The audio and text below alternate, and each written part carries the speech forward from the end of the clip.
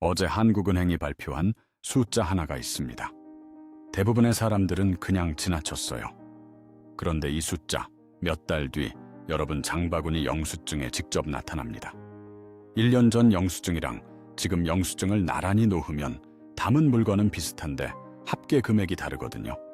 그 차이가 어디서 시작됐는지, 그리고 앞으로 얼마나 더 벌어질지 오늘 정확히 짚어드리겠습니다.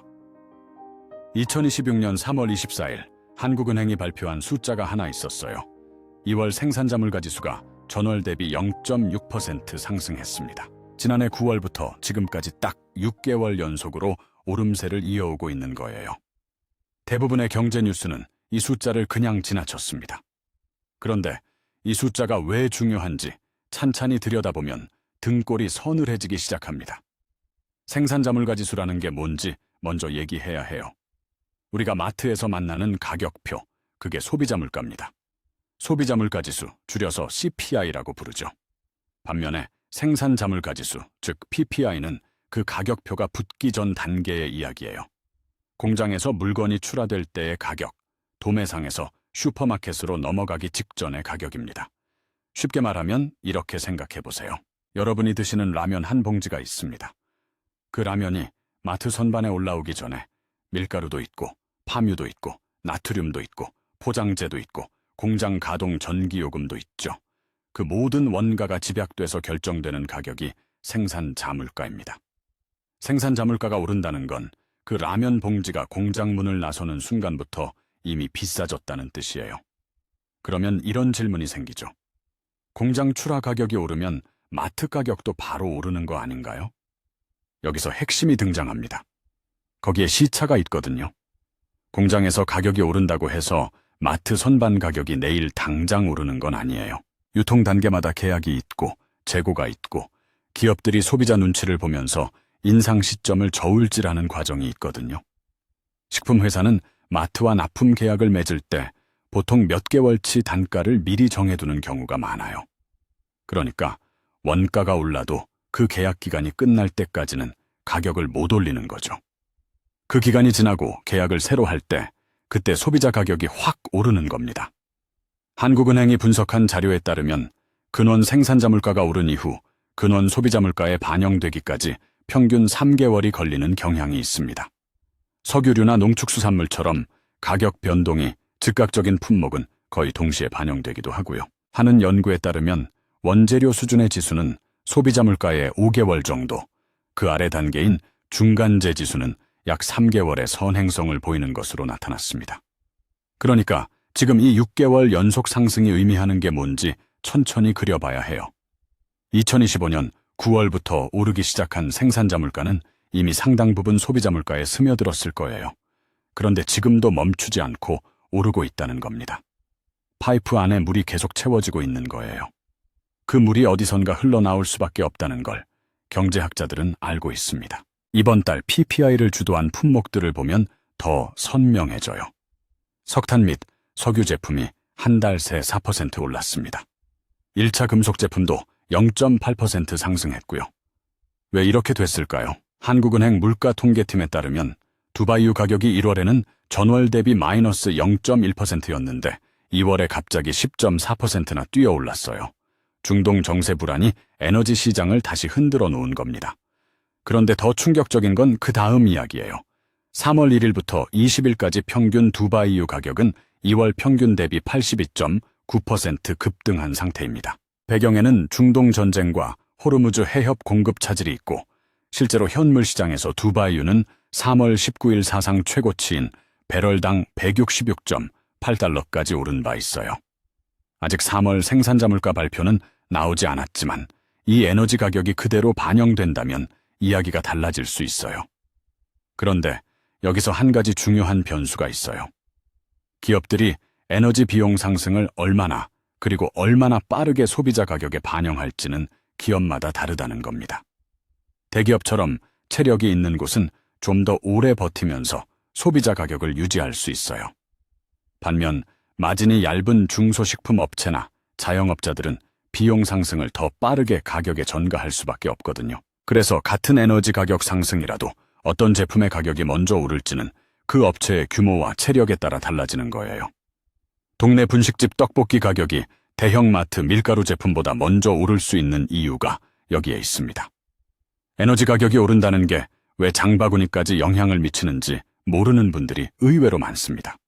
조금 더 설명드릴게요. 여름에 에어컨을 트는 전기요금은 이해가 되죠. 그런데 마트에서 파는 두부 한 모가 에너지 가격과 무슨 관계인지는 잘 안 보이거든요. 연결고리를 하나씩 따라가 봅시다. 두부를 만들려면 콩이 필요해요. 콩을 수입하는 배에는 연료가 들죠. 콩을 두부로 만드는 공장은 전기와 가스를 씁니다. 두부를 담는 플라스틱 용기는 석유화학 제품이에요. 완성된 두부를 전국 마트로 배송하는 냉장 트럭도 기름을 씁니다. 에너지 가격이 오르면 이 모든 단계에서 비용이 불어나는 거예요.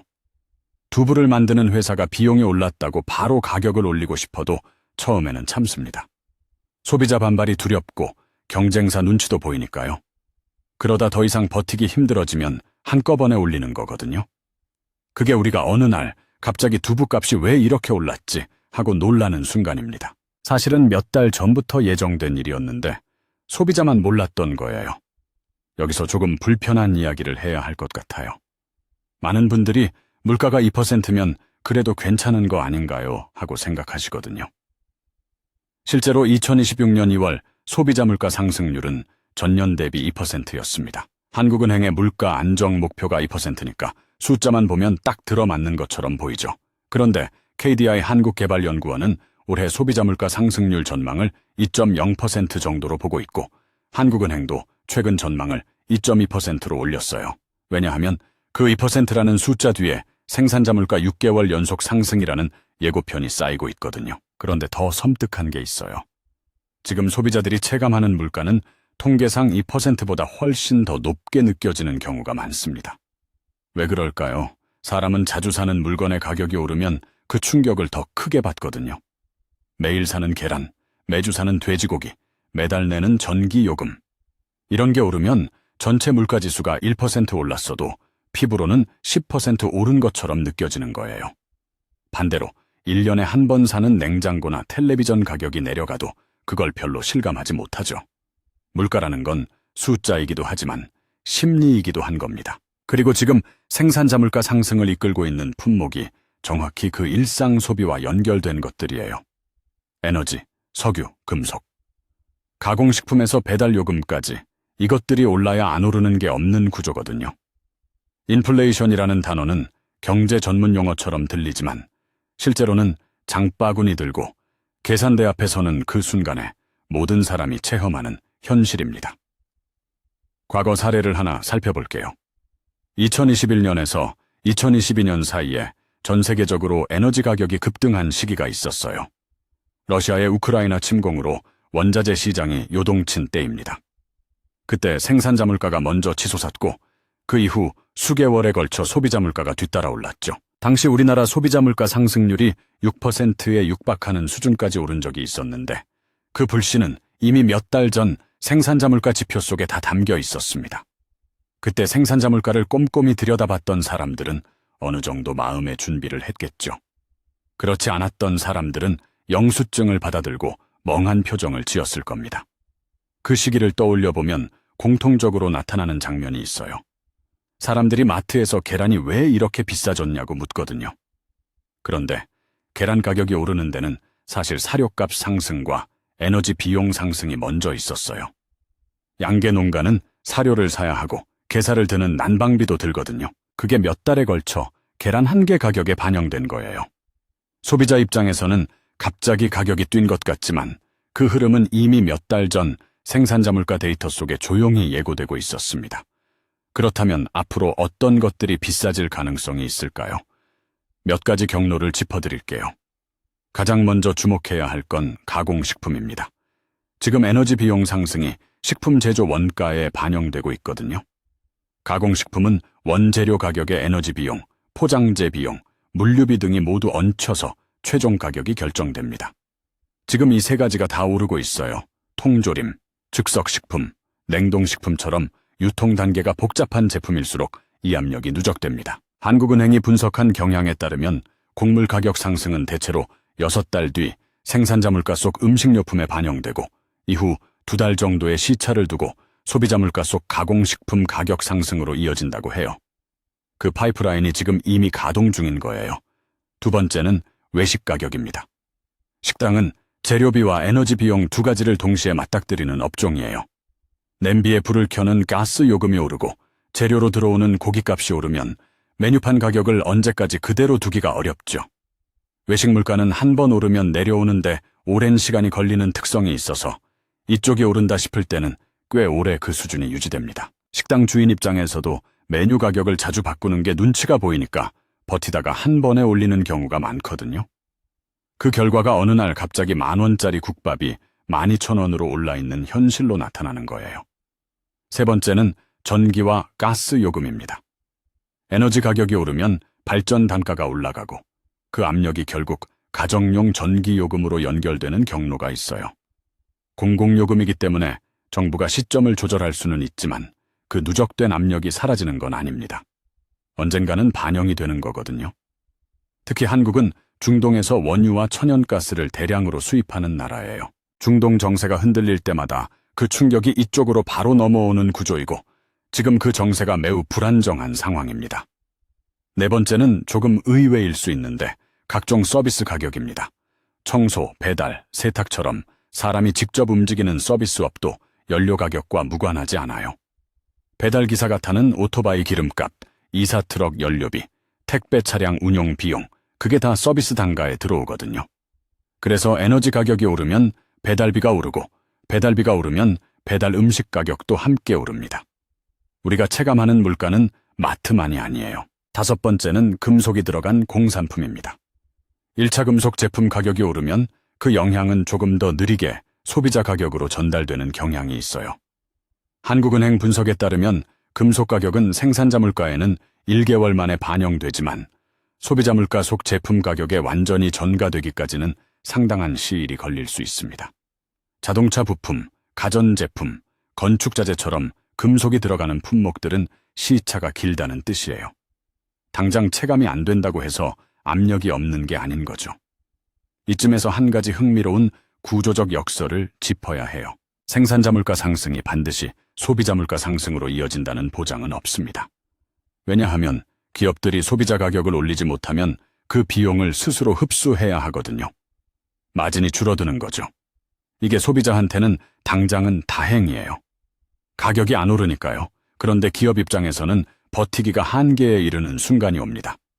그 순간이 한꺼번에 여러 곳에서 터지면 우리가 아무 예고 없이 갑자기 여러 가지가 동시에 오르는 느낌을 받는 거예요. 물이 대만에서 조용히 차오르다가 어느 순간 넘치는 것처럼요. 그리고 사람들은 이 패턴에 익숙해지지 않아요. 경제학자나 물가를 연구하는 사람들은 파이프 속 흐름을 보지만 일반 소비자들은 결과물만 봐요. 이미 계산대 앞에 놓인 영수증에서만 물가를 느끼는 거죠. 그래서 항상 당하는 느낌이 드는 거예요. 준비가 안 된 상태에서 맞으니까요. 실제로 이런 심리를 마케터들도 잘 알고 있습니다. 가격 인상을 할 때 한꺼번에 대폭 올리는 것보다 조금씩 나눠서 올리는 전략을 쓰는 기업이 많아요. 500원을 한 번에 올리면 소비자가 크게 반응하지만 100원씩 5번에 걸쳐 올리면 매번 그냥 넘어가는 경우가 많거든요. 우리 뇌가 변화의 크기보다 변화가 있었다는 사실 자체에 반응하도록 설계돼 있기 때문입니다. 가격이 변한다는 사실을 인식할 때는 이미 어느 정도 오른 이후인 거예요. 자, 그렇다면 이 상황에서 개인이 할 수 있는 게 뭔지 잠깐 얘기해 볼까요? 솔직히 말씀드리면 물가 흐름을 개인이 막을 수는 없어요. 그걸 막는 건 중앙은행과 정부의 영역이니까요. 그렇다면 개인이 할 수 있는 건 두 가지예요. 하나는 이 흐름을 미리 읽어서 가계 지출 계획을 조금 유연하게 가져가는 것입니다. 지금 가격이 안정적인 물건은 지금 구매하고 앞으로 오를 가능성이 높은 서비스나 가공식품은 대안을 미리 생각해 두는 거죠. 예를 들어 자주 쓰는 가공식품이 있다면 지금 세일 기간에 조금 더 사두거나 외식을 줄이고 집밥을 늘리는 방향으로 생활 패턴을 조정해 볼 수 있어요. 물론 이런 대응이 근본적인 해결책은 아닙니다. 물가를 개인이 이길 수는 없거든요. 하지만 당하지 않는 것과 알면서 맞는 것은 심리적으로 전혀 다른 경험이에요. 다른 하나는 지금 내가 쓰는 에너지 비용을 한번 점검해 보는 것입니다. 에너지 효율이 낮은 가전제품을 쓰고 있다면 이참에 교체를 고려해 볼 수 있어요. 당장은 교체 비용이 들지만 중장기적으로는 이익일 수 있거든요. 물가는 거시경제 이야기지만 그 영향은 아주 미시적인 생활 속에서 나타납니다. 전기요금이 오르는 시대에 전력 소모가 큰 구형 에어컨을 계속 쓰는 것과 에너지 효율이 높은 제품으로 바꾸는 것, 그 차이가 몇 년 뒤 가계 지출에 꽤 의미 있는 격차를 만들 수 있는 거예요. 또 하나 말씀드리고 싶은 게 있어요. 월급은 물가처럼 자동으로 오르지 않는다는 사실입니다. 물가가 2% 오를 때 월급이 그만큼 오르지 않으면 실질소득은 줄어드는 거예요. 이게 체감 경기가 항상 수치보다 나쁘게 느껴지는 이유 중 하나입니다. 통계는 평균이고 내 현실은 그 평균과 다를 수 있거든요. 특히 식료품이나 에너지처럼 선택권이 별로 없는 필수 소비자의 가격이 오르면 그 부담은 저소득층일수록 더 크게 돌아옵니다. 그리고 여기서 꽤 중요한 포인트가 있는데요. 사람들이 물가 상승에 느끼는 공포는 단순히 지갑이 얇아지는 것 때문만은 아니에요. 통제감 상실이 더 핵심입니다. 내가 아무것도 하지 않았는데 내 생활 수준이 서서히 내려가고 있다는 느낌. 노력한 만큼 보상받지 못하고 있다는 느낌. 그게 경제적 불안의 본질이거든요. 인플레이션은 숫자가 아니라 불안이에요. 그래서 물가 뉴스를 보면 단순히 통계가 바뀌는 게 아니라 많은 사람들의 심리가 흔들리는 겁니다. 그 심리가 흔들리면 소비가 위축되고 소비가 위축되면 경기 전체에도 영향을 주죠. 생산자 물가 하나가 이렇게 긴 연결고리를 만들어내는 거예요.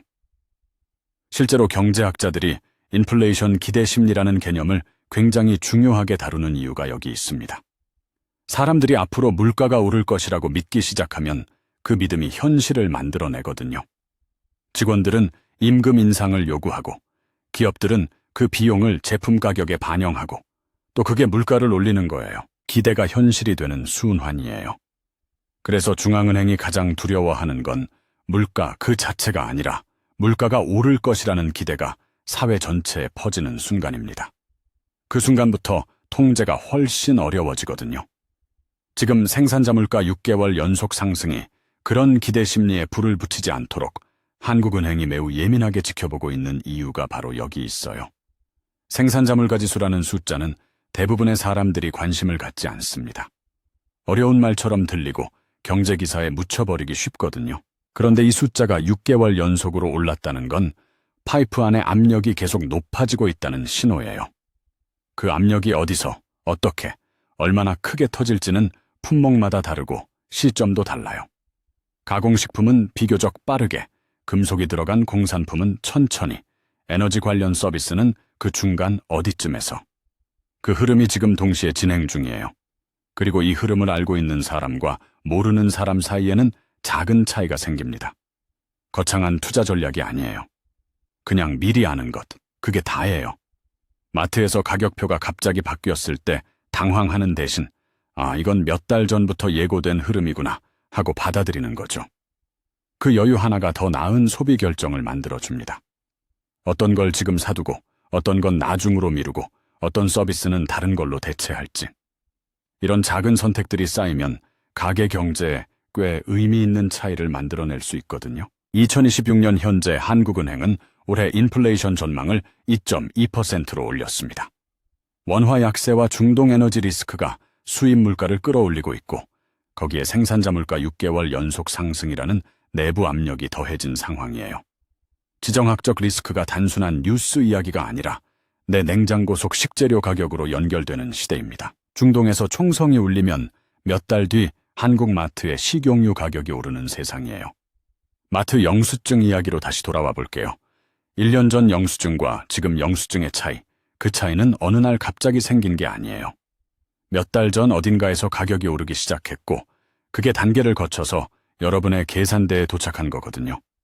지금 생산자 물가 6개월 연속 상승은 앞으로 몇 달 뒤 그 영수증에 찍힐 숫자의 예고편일 수 있습니다. 그 예고편을 먼저 읽을 수 있는 사람과 읽지 못한 사람은 같은 월급으로 다른 생활을 하게 될 수도 있거든요. 경제 뉴스는 어렵게 느껴지지만 사실 가장 쉬운 방법으로 이해하면 됩니다. 내 지갑과 냉장고가 연결된 이야기라고 생각하는 거예요. 복잡한 지수와 퍼센트 숫자들이 결국 계산대 위의 영수증 합계 금액으로 귀결된다는 사실. 오늘 이 이야기가 그 연결고리를 조금이라도 선명하게 보여드릴 수 있었으면 좋겠습니다. 오늘도 시청해주셔서 감사합니다. 구독과 좋아요는 이런 영상을 계속 만들어 나갈 수 있는 큰 힘이 됩니다. 여러분은 지금 이런 물가 흐름을 어디서 가장 크게 체감하고 계신가요? 마트인지, 외식인지, 아니면 전기요금 고지서인지 댓글로 서로의 생각을 나눠주세요.